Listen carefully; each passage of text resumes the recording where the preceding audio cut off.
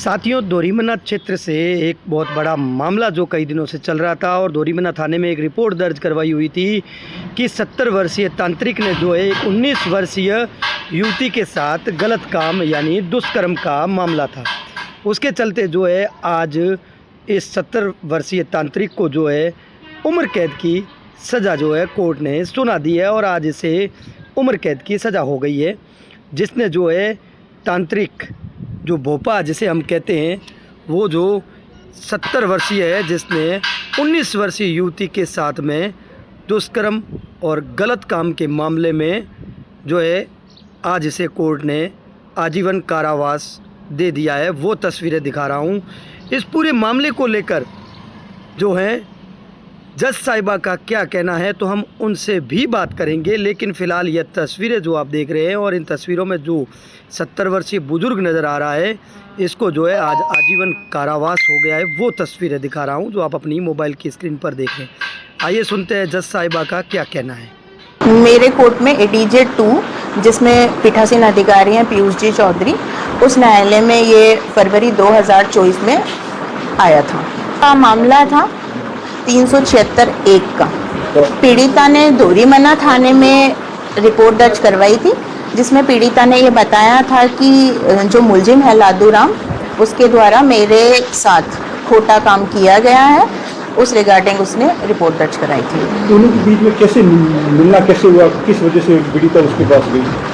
हाँ, ऐसा हुआ था कि पीड़िता जो है उसको शारीरिक कुछ कष्ट था। वो काफ़ी लंबे समय से अस्पताल की सेवाएं ले रही थी पर उसको कुछ अच्छे बेनिफिट्स नहीं मिल रहे थे, जिस वजह से घर वालों ने उसको कहा कि हो सकता है कि तेरे को कोई देवी देवता का कोई दोष वोश इस टाइप से कुछ हो। तो उसके ससुराल पक्ष वालों ने उसको बोला कि एक कबूली गांव है दोरीमन्ना में, वहाँ पे एक भोपा है, वो तंत्र विद्या जानता है, तो तू है ना तंत्र विद्या से ही ठीक होगी। घर वालों के कहे अनुसार वो कबूली गांव में जाती है और उस टाइम पे जब वो वहाँ भोपे के घर के आगे जो आरोपी है लादूराम, उसके घर के आगे एक मंदिर बना हुआ है। उस मंदिर में जब वो जाती है तो वो लादूराम से मिलती है। पीड़िता और जो आरोपी है उसमें एज ग्रुप में बहुत लंबा डिफरेंस है। पीड़िता उस समय 19 साल की है और जो आरोपी है वो 70 साल का है। जब वो उसे अपनी कष्ट पीड़ा के बारे में बताती है तो जो तांत्रिक है वो उसको कहता है कि मैं तुझे एकदम ठीक कर दूंगा। तो वो कहती है कि ठीक है, आप बताओ मुझे उसके लिए क्या करना होगा।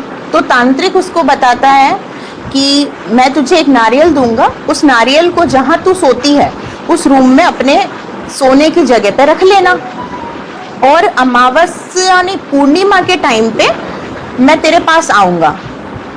उस समय पे एक तेरे गांव में जो तेरा पीहर है वहाँ पर एक नाडी है, उस नाडी में एक हवन कराऊंगा मैं। उस हवन से जो तेरी कष्ट पीड़ा है शरीर की वो पूरी तरीके से दूर हो जाएगी। जब वो उस 11 या पूर्णिमा के दिन पर पीड़िता से मिलता है, उसके घर पहुंचता है और उसको बोलता है कि अब हम हवन करने चलते हैं तेरे पीहर। वहाँ पर आके वो उस पीहर लेके जाता है।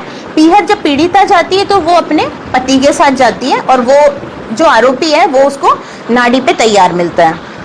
नाड़ी पे वो मतलब हवन की तैयारी वगैरह पूरी करके रखता है और पीड़िता को कहता है कि जब तू उस नाड़ी पे आए तो इस चीज़ का ध्यान रखना कि तू अकेले ही आना। यदि तू किसी को अपने साथ लाई तो मेरा जो हवन है वो सफल नहीं हो पाएगा। तब पीड़िता अपने पति को मेन रोड पे छोड़कर चली जाती है। जो नाड़ी है वो वहाँ से लगभग 1-1.5 किलोमीटर अंदर में होती है। वहाँ पे पीड़िता चली जाती है। लगभग 11 बजे के आसपास पीड़िता नाड़ी पे पहुँच जाती है। हवन की प्रक्रिया, पति को लगता है हवन की प्रक्रिया चल रही है, वो उसके समापन का वेट करता है। पर लंबा समय बीत जाने पर जब पति पीड़िता को नहीं देखता है कि मेरी पत्नी अभी तक नहीं आई है, तो उसके जेठ का फ़ोन आता है पति के पास में कि तुम लोग अभी तक घर पे नहीं आए हो, इतना समय कैसे लग रहा है।